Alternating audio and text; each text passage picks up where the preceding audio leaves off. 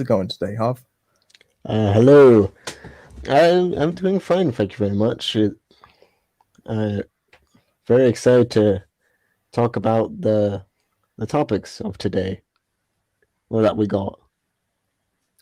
Great. And interestingly, we have had quite a lot of eventful news pieces to come out over this past couple of days. And but before we get into our main topics, there is just one thing to talk about that is kind of breaking news, and that is this. For a while now, we have been waiting very anxiously to see this Five Nights at Freddy's movie that's they've been trying to make for quite a while now, and apparently Jason Blum has finally given a bit of an update on it, and he basically has said that it's rapidly moving forward. He didn't give a release date. He just said that it's moving full steam ahead, and it looks like if everything works out, we could be seeing it perhaps in the next year or two. Because of course, Blumhouse they move fast on these projects, and if it works out like he says it's working out, then hopefully we could see it soon. So I myself was never particularly a big fan of the Five Nights at Freddy's games, but I will say that I am very anxiously waiting to see what it is like in movie form. The only thing that I'm kind of worried about is that it may end up kind of going the route of something like the Slender Man movie, where it came out just a couple of years too late. But who knows? It could be a massive hit. Harv, what's your thoughts on Jason Blum kind of saying that, you know, that everything is moving forward on Five Nights at Freddy's? I think it's really good.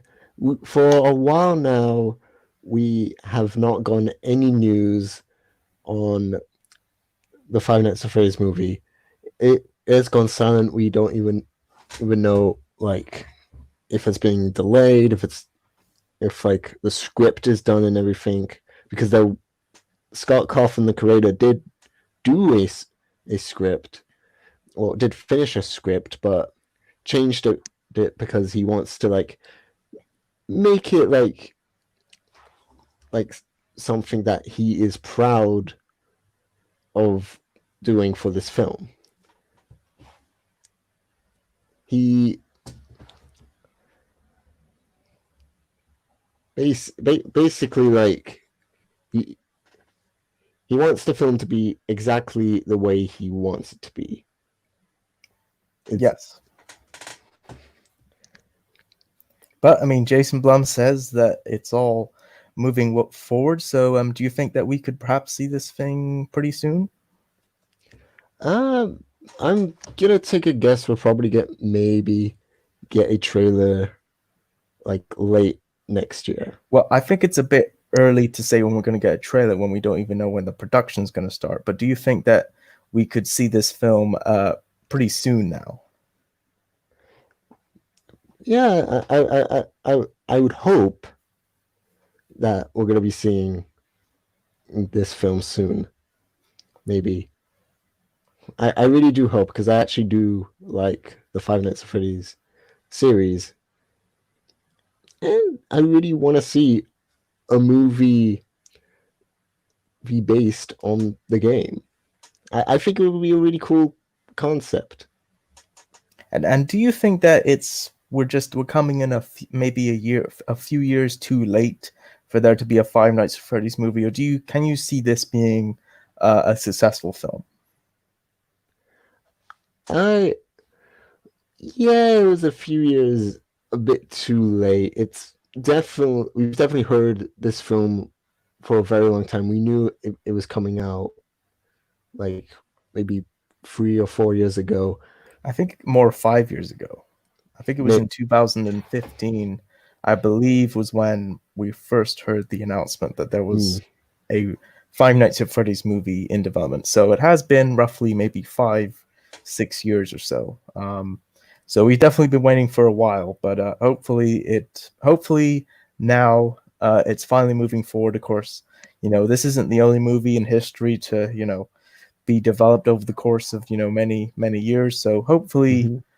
it's it's going to be coming pretty soon. So that's the first thing off the top. Now let us get into our topics for today's show. And our first topic for today is this. Of course, we are all anxiously awaiting Zack Snyder's intended, I guess we should say, version of Justice League. And of course, it wasn't that long ago that it was announced that Justice League, Zack Snyder's version of Justice League would be coming to HBO Max sometime in 2021. But I think that no one expected there to be any kind of, news or footage or announcements about it anytime within the next couple of months. But surprisingly, Zack Snyder released a very short sneak peek at the film, which entirely consisted of new footage. Now, it was very, very short, and it sounds like we may be getting a little bit more at DC Fandom. So we're not going to talk about this too much, but it is definitely significant because it is new footage, and it does give us, a little bit of dark side emotion. We get to see what seems to be a mural of Darkseid, some kind of art on a cave or something, with Diana finding it, which I believe that screenshot has been seen before, but of course we haven't seen it in motion before, so that's pretty exciting, and it definitely feels like this, Zack Snyder's version of the film. With this sneak peek, it definitely really is like confirmation that, oh, this is happening. This is definitely happening now. There's no turning back. We are definitely getting this come 2021 on HBO Max. So I'm thinking they're probably going to be releasing a little bit more footage come, DC Fandom in August. But, there's not really too much to talk about here. I don't expect them to even show much footage there because, this, after all, this is a movie that we have already seen.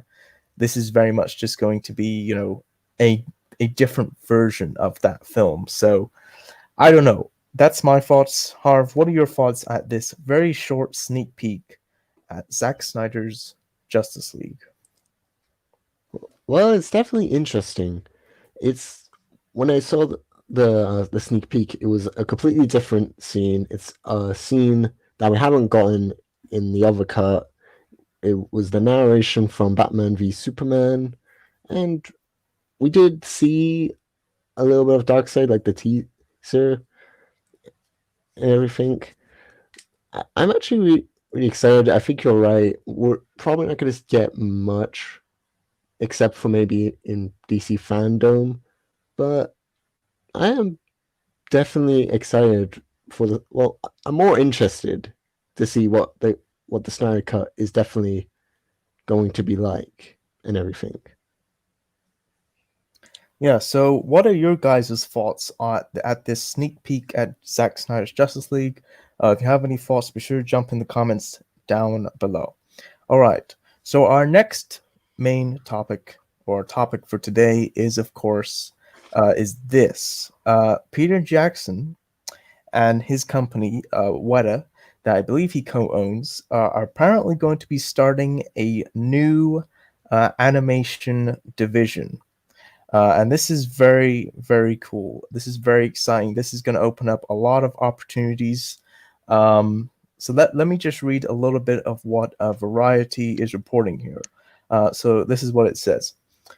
Peter Jackson is getting into the business of animation. The filmmaker's special effects company Weta Digital is launching an animation division.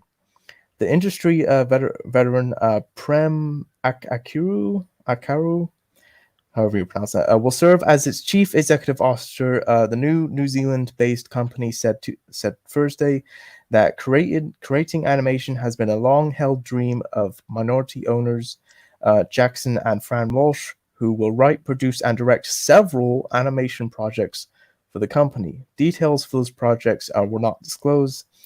It said, we are huge fans of animated storytelling in all of its forms, but it can be a long, protracted, and often costly way to make movies, Jackson said in a statement.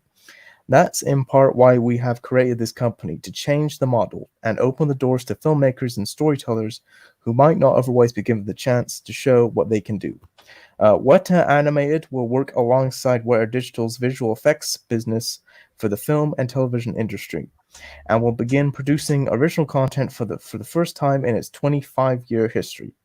The company began operations to produce the digital special effects for Jackson's 1994 thriller Heavenly Creatures, comprised of 1,550 artists and engineers. Weta Digital has won 6 Visual Effects Academy Awards, 10 Academy Sci-Fi Tech Awards, and 6 Visual Effects BAFTA Awards. Notable projects include Avatar, The Lord of the Rings, Avengers Infinity War, Avengers Endgame, Game of Thrones, Ad Astra, and the upcoming projects Mulan and Black Widow.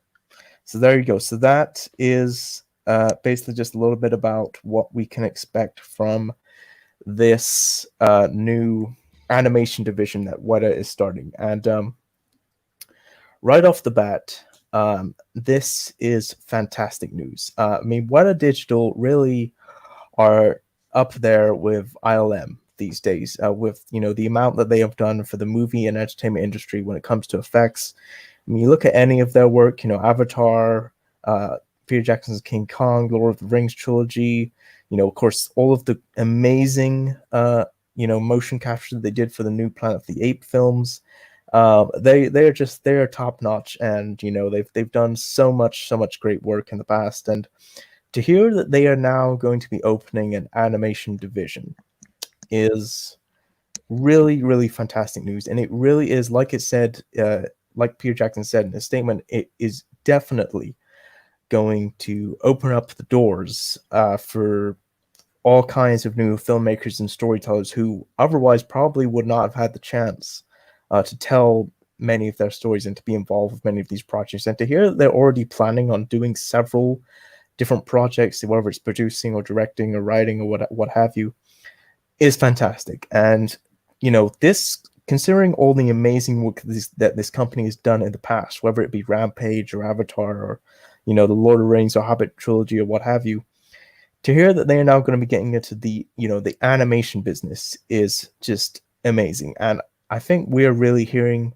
about the start of a piece of history in the entertainment industry, because I can definitely see Weta being up there with Pixar, WB Animation, Disney, what have you, because they have shown time and time before that they are willing to just open up the Pandora's box and to just create things and to just explore regions and just give new fresh animators a take and a palette to just go wild and create things that just we haven't seen on screen before. I mean, just look at Avatar by itself. I mean, that film is about 10 years old now, and it is still groundbreaking. The effects are still jaw dropping, and it just goes to show you just how much they have done in their 25-year history, which is crazy to think that they have been around for 25 years now. So to me, this is just great news.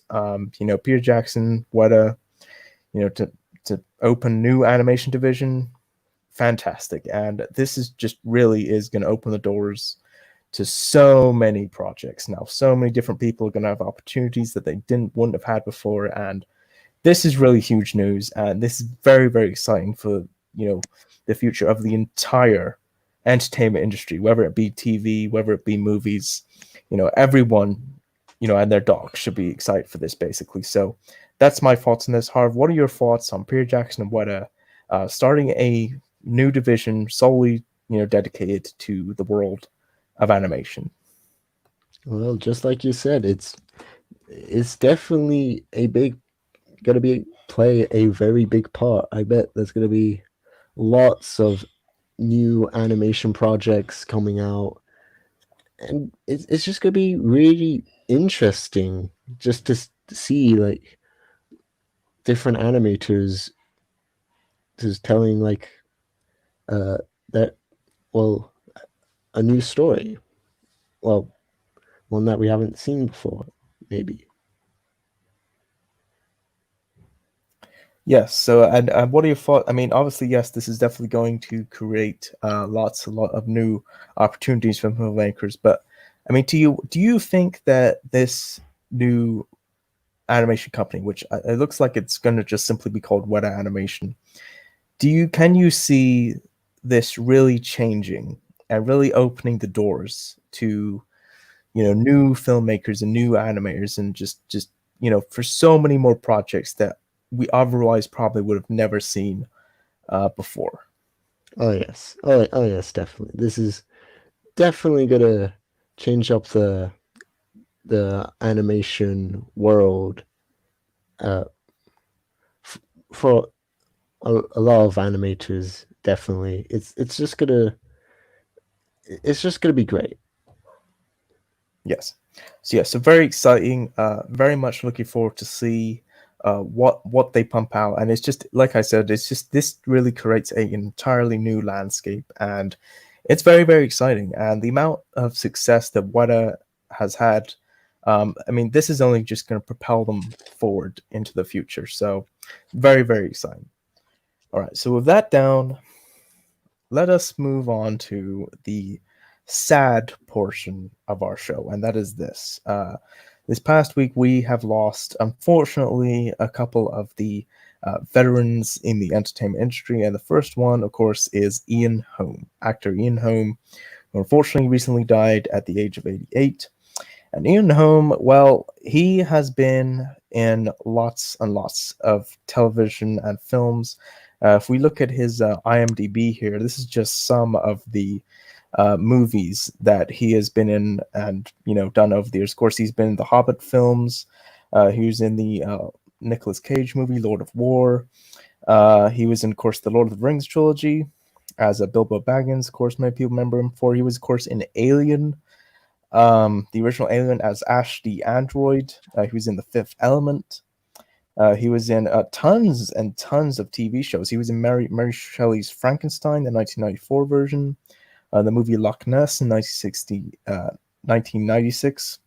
Yeah, and he's just, if you just look at his IMDb, I mean, it just goes on for miles and miles and miles. It's very impressive the amount of work that this guy has done. I mean, he was in Brazil, Tales of the Unexpected, Time Bandits, just so much great stuff. And I mean, for me, the thing that I probably most remember him for was probably playing Ash, the android in Alien.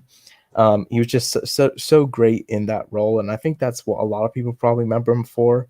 But what I didn't know is that apparently he actually did reprise that role in the Alien Isolation video game from 2014, and I believe it looks like he hasn't really done any acting kind of since then. So he kind of has already been retired. But to hear that he is, passed is obviously very unfortunate. But that's my thoughts. Harv, what are your thoughts on Ian Holm passing away, and what are some of the roles that you yourself most remember him for, or what roles of his that perhaps you haven't seen that perhaps maybe you would be interested in seeing? Well, I am definitely sad. I really liked him in the original Alien movie as the android. I haven't really seen much. I didn't know he was in like The Hobbit or anything, but he has been in a lot of films, and I didn't actually know he reprised his role in 2014 in that in the new Alien video game. Yes, and it looks like he started his career actually started way back in the late 50s, early 60s. So his career really spanned over multiple decades, and he's definitely going to be one that is be very, very sorely missed by the entire entertainment industry. And yeah, I think of the films and stuff that he's done. I mean, he definitely was very he had a very kind of large career. He just was in so many different films and television over the years, and this is just very very sad. But yeah, like I said before, I think the thing that I think most people probably remember from is, of course, Ash from Alien. I mean, that was such a great twist in that movie when it revealed that that character was an android, and Mm, he just yeah. played it so well. And yeah, so there you go. That's, of course, the unfortunate news that Ian Holm passed away at 88. Now, on to another piece of unfortunate news, and that is this. Legendary director Joel Schumacher has died at the age of 80. And Joel Schumacher, of course, directed such movies as Batman Forever, The Lost Boys, Phone Booth, of course, Batman and Robin, but, that one's, we don't particularly talk about that one particularly that much. But yeah, really, really great director. Very, very unfortunate to hear about his passing. But just, he really was a one of the kind director. There really wasn't particularly anyone else like him, and he actually did openly apologize for doing Batman and Robin in one interview, which is kind of funny. But he really just had a very, very interesting way of doing things, and just some of the movies that, of course, that he directed, like Phone Booth. I mean, Phone Booth is a very, very good thriller film. Anybody who hasn't seen Phone Booth, I highly recommend you watch it. Falling Down is another movie that he did that, of course, is quite popular. But yeah, I mean, like I said, I mean, Batman and Robin, I think he wasn't really the one to blame for that movie being as bad as it was. I think that was more just kind of Warner's getting kind of the toy company kind of involved with the creativity of that movie and kind of rushing it out and trying to change the tone and all this kind of stuff. But I mean, because Batman Forever, it's not a movie, and it has a lot of issues, but it's pretty good. It's a decent little film. I think it gets a lot of unfair hate now, mainly because of of how bad Batman and Robin is. But if you go back to Batman Forever, it is a decent film, and it has its moments, but it does have a lot of flaws and such as well. But it did have a lot of cool moments, and there, of course, was a very infamous scene where there was going to be a man bat, and they had made a big animatronic and everything. And unfortunately, that scene got deleted and cut out. And hopefully, and there are pictures of that scene that are available if you look them up and everything. And it's very much you can tell that he kind of had a bit of a darker vision for that movie, and it was maybe it was the studio that wanted him to go in a little bit more of a lighter direction. But yeah, but very, very, very sad to hear about this news. Harv, what are your thoughts on Joel Schumacher passing away, and what of his work have you enjoyed or disliked, and what of his work would you perhaps like to see in the future? I'm really sad because I know he's done like a lot of movies. I know I've watched Batman Forever, and it is a good film. I actually do enjoy that film. It's not great, but it's fine. It's a good Batman movie if you want to just have a little bit of fun and everything. Like, I am interested in watching Phone Booth. I know that's a really good one, and I actually really want to see that. So yeah, but I'm I know there's Why are you particularly interested in seeing Phone Booth? because it's got an interesting concept in it, everything with Mm. the description, and I know a lot of people like that, so I want to give that film a try. Yep, very good. So there you go, guys. Very unfortunate to hear about this news. There you go. So be sure to check out some of his movies if you haven't seen him. In Phone Booth, if any of you guys haven't seen Phone Booth, that's definitely a good one. One of his better movies. One movie that I did forget to mention was, of course, The Lost Boys. He directed The Lost Boys, which I have to be honest, I don't have quite hold that film in as high regard as a lot of other people do, but it is definitely one to watch. So yeah, there you go. That is that. So let us move on to our next piece of news. And our next piece of news is this. One of the movies that or one of the movies that, of course, was put on hold due to the coronavirus was, of course, Jurassic World Dominion, which is, of course, is the third and what supposedly will be the third and final chapter of the Jurassic World trilogy. No word on whether or not the franchise will continue. Of course, it was announced that there's apparently a new series of some kind in the works, so hopefully that's happening. But Colin Trevorrow, the director of the first Jurassic World and of course the new one, is apparently set to direct a film called Atlantis for Universal. And let me just read this what THR reported here, because this is very interesting. So according to them, this movie is basically going to be. It sounds to me. It sounds like it's basically going to be a ripoff of Aquaman. But this is what they said. They said Trevorrow will soon recommence production on Jurassic World sequel Dominion. Colin Trevorrow is returning with Jurassic World Studio Universal for a new fantasy adventure. Trevorrow will direct Atlantis, based on the mythical utopian city that was lost under the sea.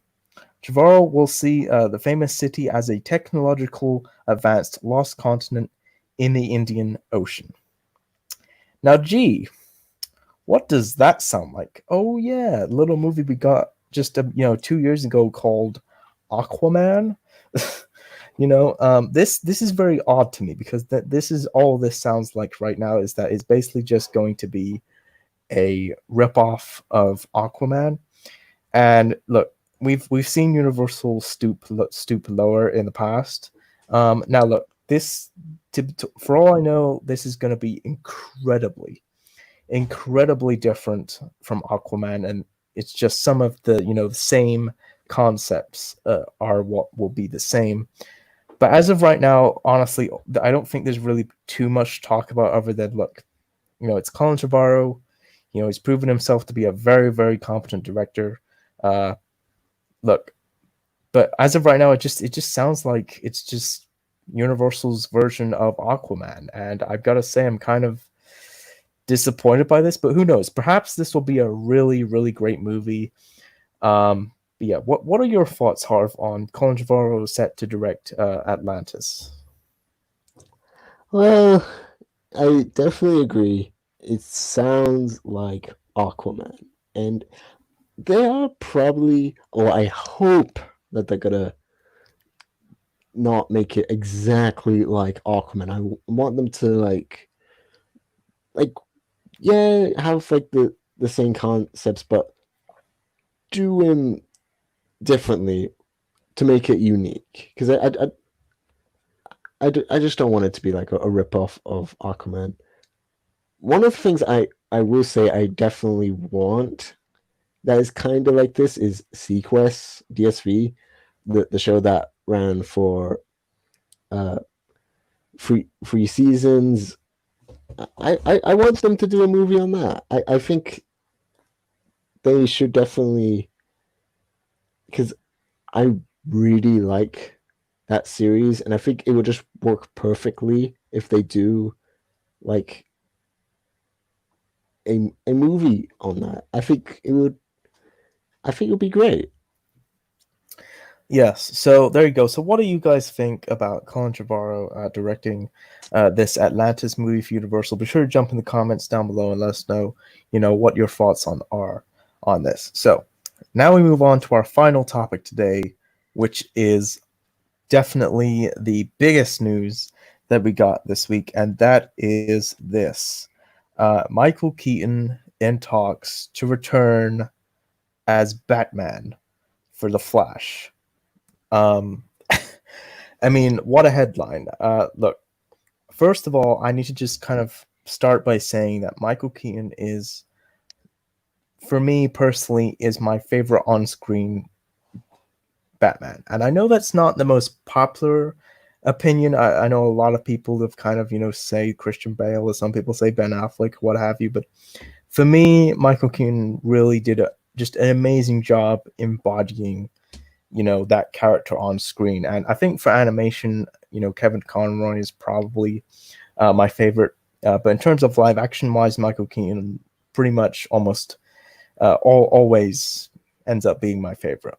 And I just absolutely love Tim Burton's take on the world of Gotham City, and it seems like as time has gone on, more and more people have come around to those movies, and they're very fondly remembered now. But now to hear that Michael Keaton could be coming back for not just The Flash, but possibly for other films as well, is certainly very interesting. Now, this Flash movie is something that, has been in the works for a very, very long time. And, it's taken probably, I mean, because it was originally supposed to come out, I believe, in March or May of 2018, and here we are. It's gone through multiple directors. Now, Andy Muschietti, who directed It and It Chapter 2, is set to direct, and it's finally gotten a new release date of June of 2022. So it looks like perhaps this movie might finally be moving forward. But what's interesting to note is that this movie, was originally supposed to be, based very much on Flashpoint. The Flashpoint, which of course the story Flashpoint from the comic books, which for those of you who, don't know much about Flashpoint, it is basically, Barry Allen runs back in time, saves his mother, and doing so, he essentially causes this rift in the timeline, which kind of distorts the world basically and changes a lot of things. And such as Thomas Wayne being Batman, and Bruce Wayne being the one that died in the alley, and his mother being the Joker, and stuff like that, like Aquaman and Wonder Woman being at war with one another, all that kind of stuff. And I have theorized that this movie has, definitely gone through a change. Because I think it was originally supposed to be a lot more of a proper adaptation of the Flashpoint storyline. But now it looks like perhaps maybe they're only taking aspects of the Flashpoint storyline and kind of, doing their own storyline, which I'm fine with, and perhaps maybe it could lead into a proper Flashpoint movie. But there is a lot of questions that come up here.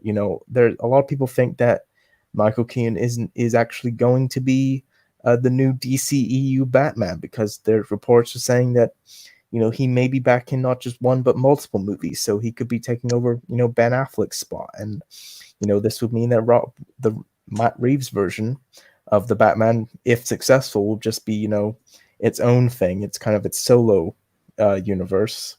Or perhaps he's playing the Tim Burton version that Barry somehow runs into in this film, into that universe, I guess, or it could be something else. There's a lot of questions, and as of right now, he's only confirmed to be in talks, which doesn't necessarily confirm that he is 100% going to be in this movie.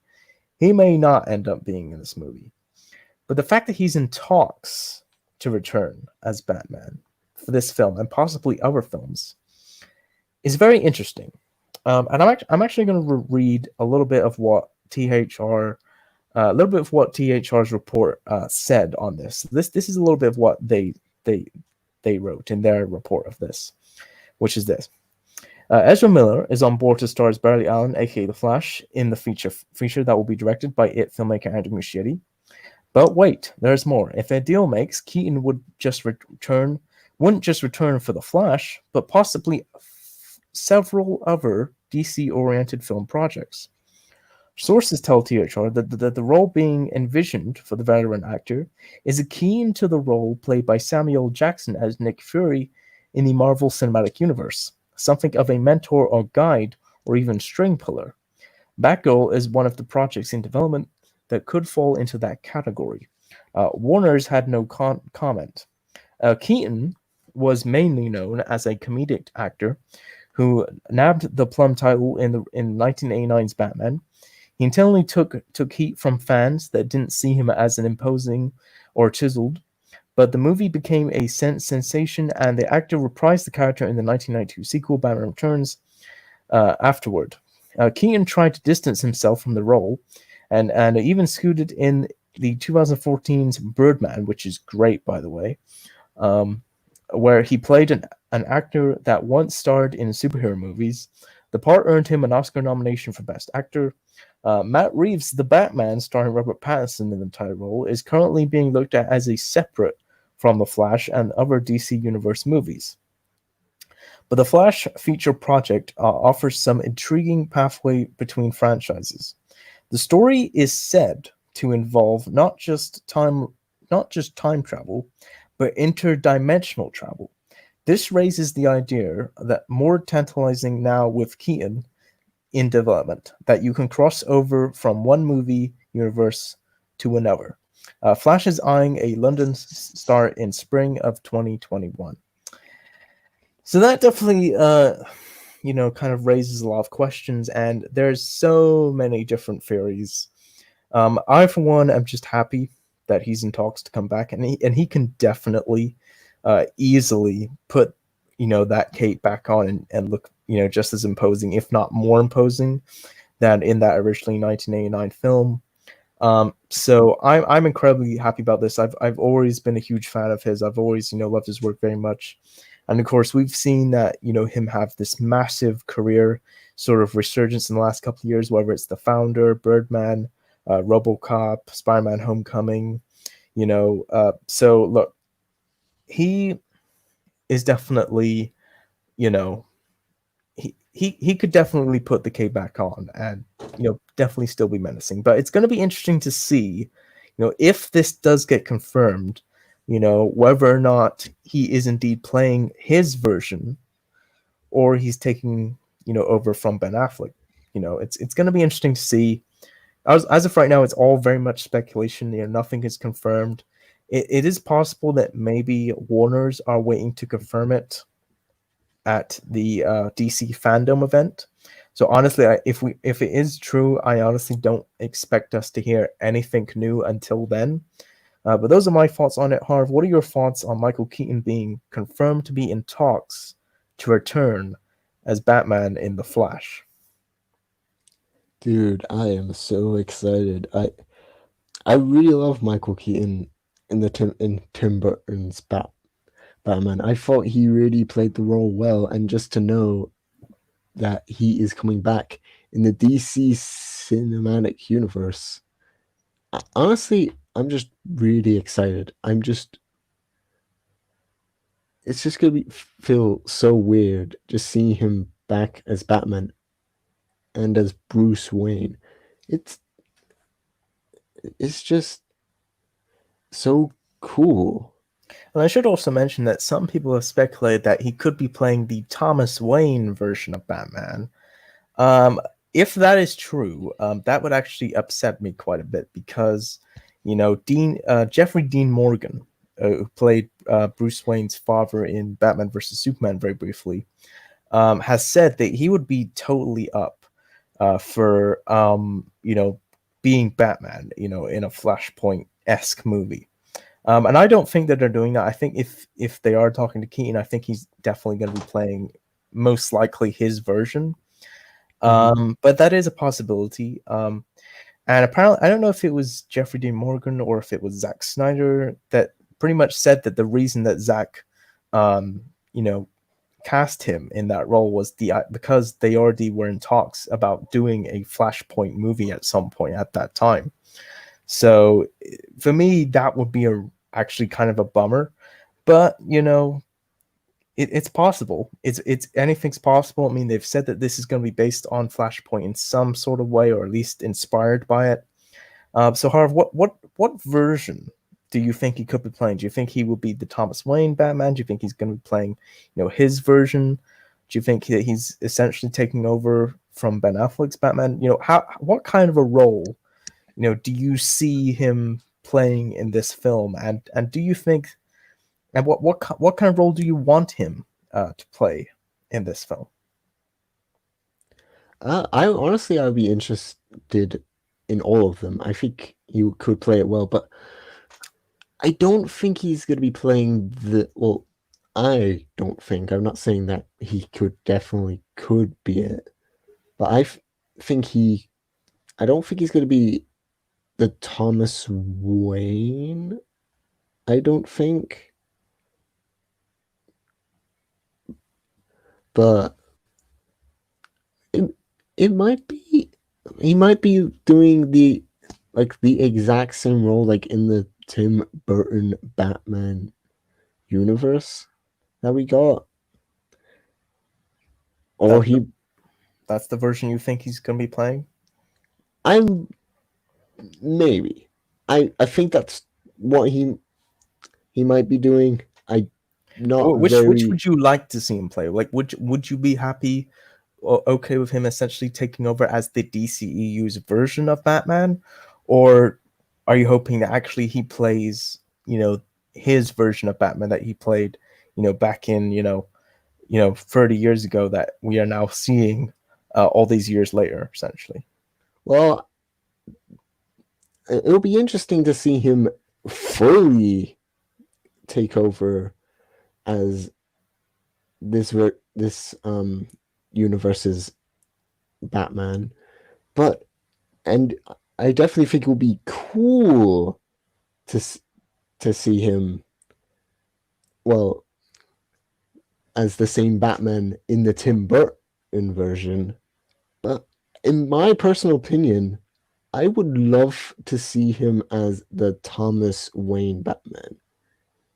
Oh, really? So you want to see? You actually completely disagree with me. You actually would really like to see him, portray essentially the Flashpoint version of Batman. Yes, I think I think it would definitely just be so cool to see, like, this person, well, this actor who played,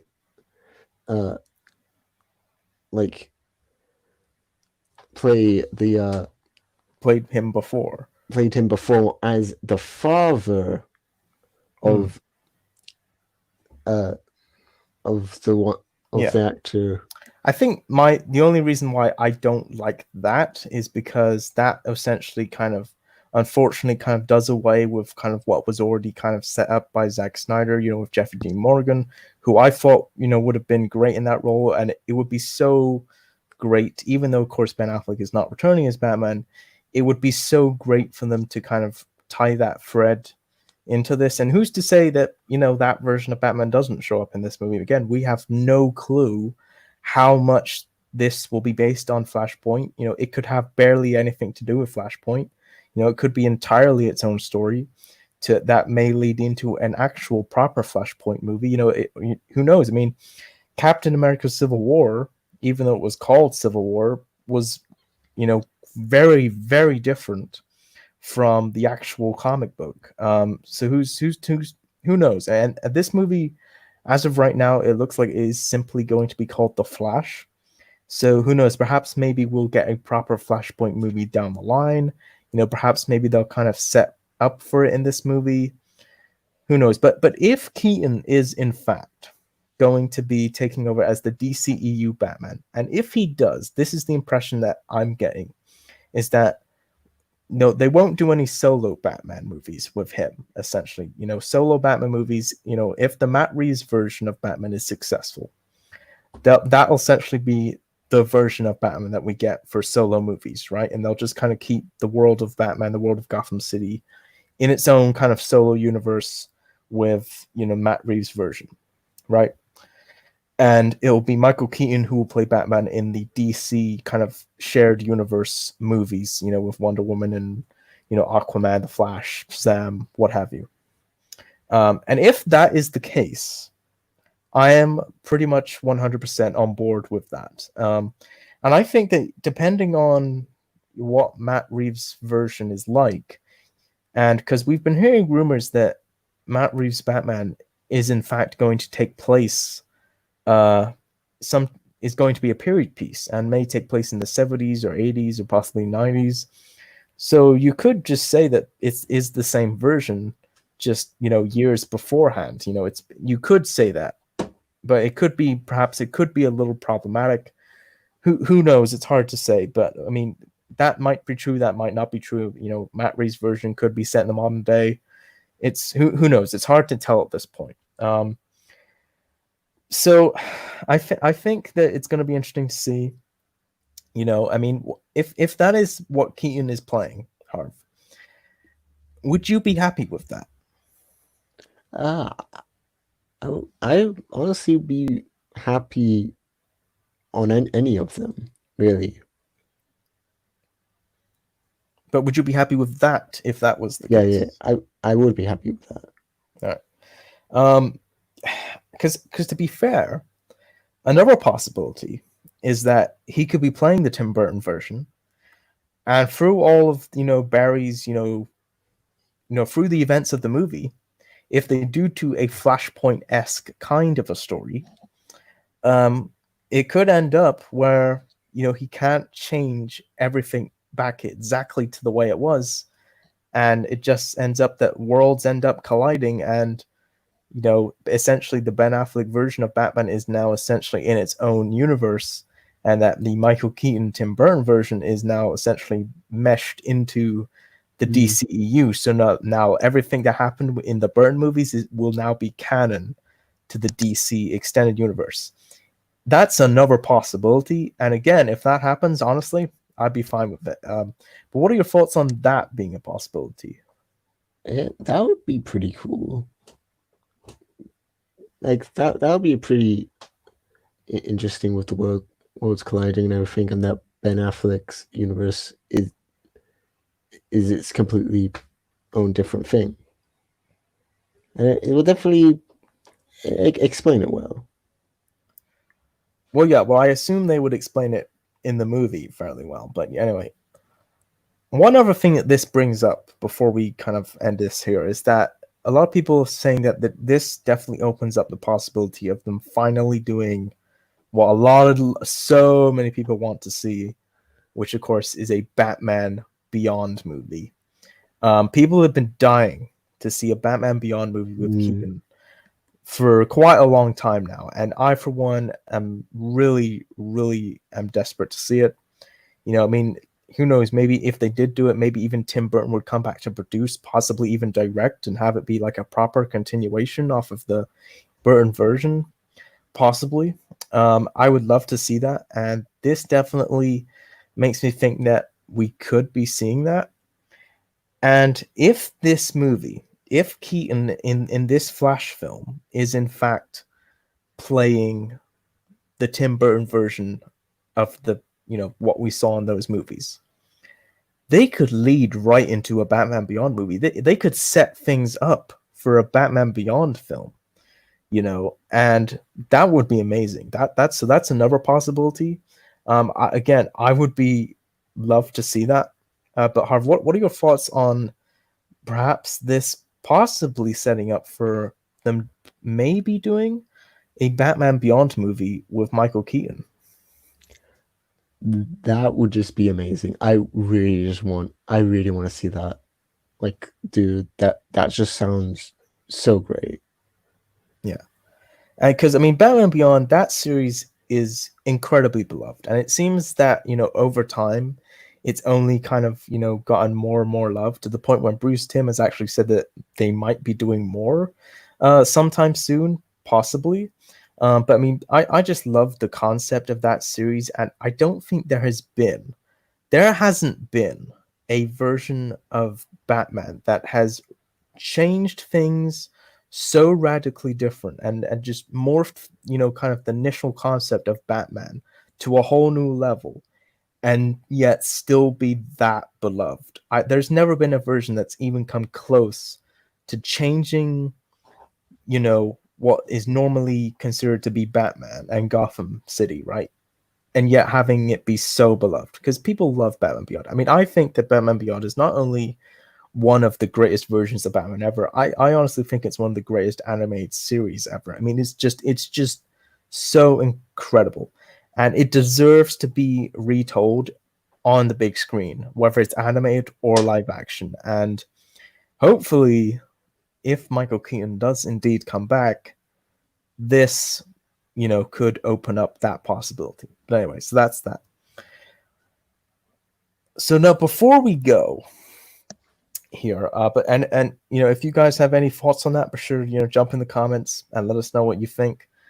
But before we go here, there is one thing that we do quickly need to talk about off before we go off, and because we actually do have some breaking news here, which is quite interesting. I'm just gonna bring it up a second, and that is this. Recently, not that long ago, it was announced that apparently a new Scream movie is apparently in the works. I believe I don't think it's Blumhouse. I believe it's Miramax, and apparently that David Arquette would be coming back to apparently return as his character in the film.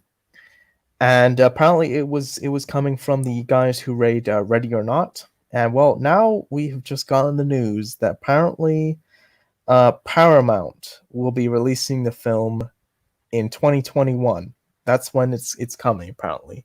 So this thing is just it's coming. It's coming full speed ahead. We are getting a new Scream movie. So Harv, what are your thoughts on Paramount distributing this new Scream film? I'm actually really, really excited. I don't like. It's been a long time since we've gotten a new Scream movie, from Wes Craven, and I'm definitely really excited because I really love the Scream movies, and I really want to see what they do with them. Well, what they do with this new one. Yeah, because a lot of people, don't think that you can do a Scream movie without Wes Craven, and I think that could be possible. But look, they did Halloween, and they had John Carpenter, even though he was involved as a producer and a writer, and he did the soundtrack. It was directed by a totally different person, and it worked, and it was great. And so, who's to say, the guys who made Ready or Not can't, make something, can't do something new with this new Scream movie? And to hear that, David Arquette is coming back, that's great. It's going to be interesting to see if anyone else comes back, and how much it will be, like the old movies and how different it will be. It's going to be very interesting. One thing that I will say is that this is definitely going to be a slightly different from the initial 4 films, because obviously technology has changed a little bit. People a lot more, texting and stuff now. So it'll be interesting to see what they do. But anyway, so if you guys have any thoughts on that, be sure to jump in the comments down below. Let us know. But I believe that pretty much is it for now. So any last words, Harv, before we go? No, I think all the news that we talked about were pretty exciting and great. Some a bit sad, but I really enjoyed it. Yeah, and until next week, guys, be sure to consume as much entertainment as humanly possible. And yeah, thanks for watching, and catch you later.